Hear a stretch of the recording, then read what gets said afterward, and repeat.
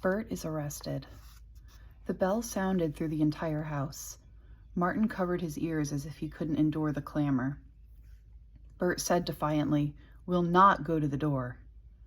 Motionless, the three sat in silence. On and on the ringing continued until Laura thought the bell pull must break. Would their unwanted visitor never go away?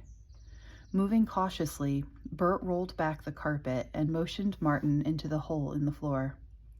Laura found she was still clutching Uncle Tom's cabin. If the slave catchers saw it, they'd be even more sure that a runaway was hidden in the house. Hastily, she handed it to Martin before Bert slid the trapdoor into place. A shout came from the front steps. "We know you're in there. Open the door." "You'll have to let them in," Laura whispered to Bert. "I'll count to 10, came the deep voice from the porch. "If you aren't there, we'll break in."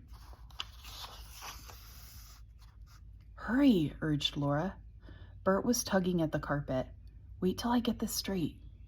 Laura jumped up and helped him, then recovered her sewing and sat tensely waiting. Bert left the room but returned immediately, saying, "I'll have to take the lamp so I can see who's there." "All right," Laura dropped her sewing. "I'm coming with you." They descended the stairs with Bert ahead, carrying the lamp. With every step, the counting on the porch came more clearly to their ears. 6, 7.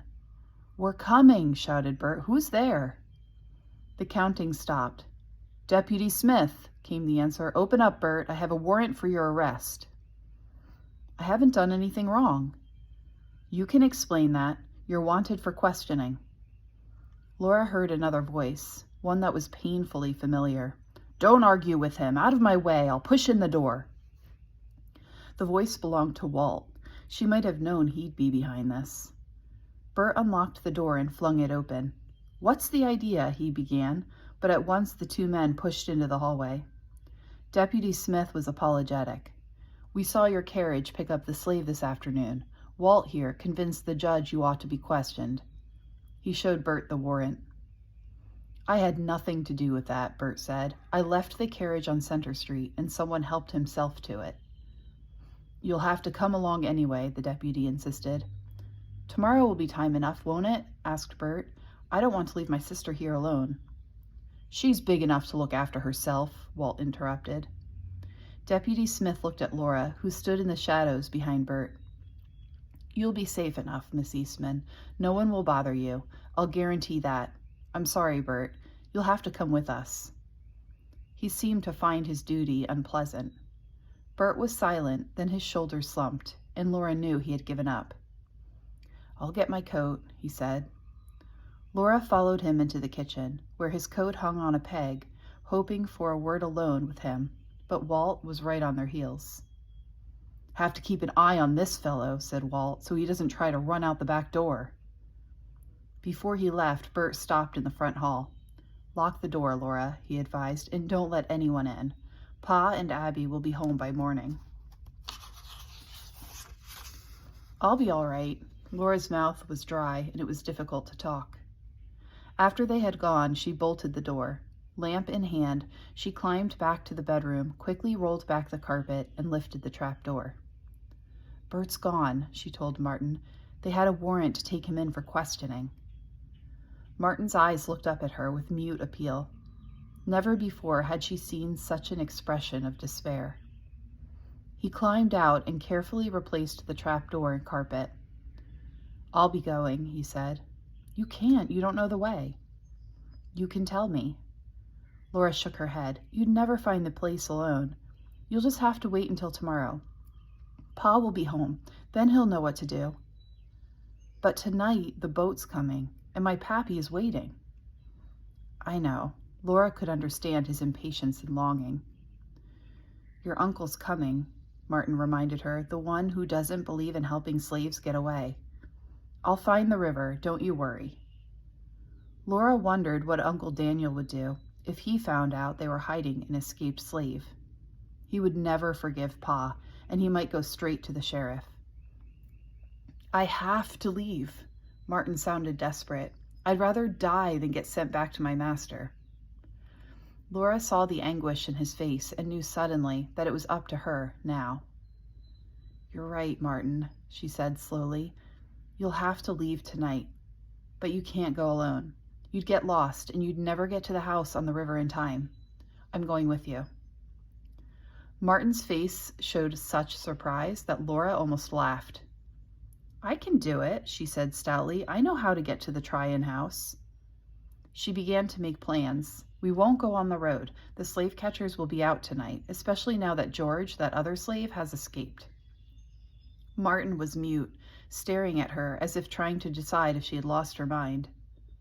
"We'll go through the woods," Laura said. "We'll stay as close to the road as we dare, so as not to get lost. You'll need a warm jacket. I'll see if Bert has one that will fit you." "I don't want to get you in trouble, Miss Laura." Martin looked more worried than at any time since she had first seen him. "You don't need to worry about me," said Laura. "I'm not like some girls who've never done anything but cook and sew and play on the piano. My mother used to say I was a tomboy. I used to know every nut tree and berry patch for miles around." She looked down at her long dress and noticed a three-cornered hole in the skirt where a thorny branch in the woods had caught it. All at once she realized what a difficult task lay ahead. She remembered how hard it had been to walk in her long skirts up the overgrown lane to Tryon's Folly by daylight. How could she expect to travel more than a mile around the edge of Lewiston, all the way to the river at night? She couldn't do it, and yet she had to. "I know what I'll do," she declared. "I'll wear a pair of Bert's pants." Taking the lamp with her, she ran to her brother's room, where a thorough search of the wardrobe and chest of drawers turned up an old brown shirt that was slightly large for her, plus Bert's Sunday pants and his school pants. Both were much too large, and besides, this trip through the woods and Tryon cellars would ruin them. Her brother's work pants were downstairs in the shed, but she knew they were no smaller than his good trousers. It wouldn't help to wear pants that would trip her up just as her skirts would. Why couldn't she have grown as fast as Bert? By rights, she should be bigger than he. Still carrying the lamp, she entered the small attic that opened off Bert's room. Several boxes and trunks were stored under the slanting roof. In the third box she opened, she found exactly what she needed: Bert's clothes he'd worn as a boy, a pair of black pants and a jacket. She also took out a coat that would fit Martin and a worn cap. Her own shoes would have to do. She'd put on her sturdiest pair. Back in Bert's room, she proceeded to dress in his old clothes, buttoning the jacket over Bert's brown shirt for warmth. For a final touch, she set his cap at a jaunty angle and tucked her long hair under it. A glance in the mirror showed her a mischievous face with big, excited eyes. She felt more alive than she had for years. When she appeared in the doorway to her room, she was satisfied to see Martin's look of surprise and to hear the ring of truth in his voice as he said, "For a minute, I thought you were a boy." Time began to race. The moon was dropping lower in the sky, and as soon as it was out of sight, they must be ready to leave. Laura filled a lantern with potter's oil and stuffed several lucifers into a pocket of the jacket. Then, leaving a lamp burning on her dresser, she and Martin hurried from room to room, looking out of the windows on all sides of the house to see if anyone was lurking in the shadows. Just as she had begun to hope that the slave catchers had stopped watching the house, Martin called out softly from her parents' room. She reached the front window in time to see a man saunter past on the road. Even without the moon's light, she could see that his head was turned toward the house. A few minutes later, he came back again, walking in the same measured way. "We'll have to watch him and leave the moment he's out of sight," said Laura. Putting out the light, she led the way down the stairs in the dark. In the pitch-black kitchen, she stumbled against a chair. She couldn't find her way across her own kitchen. How could she make her way through the woods she had not been in for 4 years? Quietly, she opened the back door.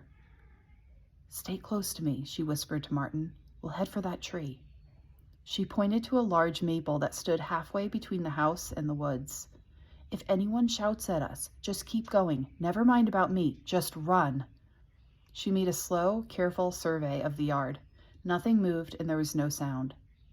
Someone could be hiding in the orchard to the right of the yard, or in the woods toward which she planned to run. But that was a chance she would have to take. "Do you see anyone?" she asked. "No," answered Martin. "Keep watching while I look for our sentry." She ran to the parlor and waited until the man stalked by and disappeared to the east. She raced back to the kitchen. "Now!" she panted. Laura sprinted across the lawn and Martin followed her.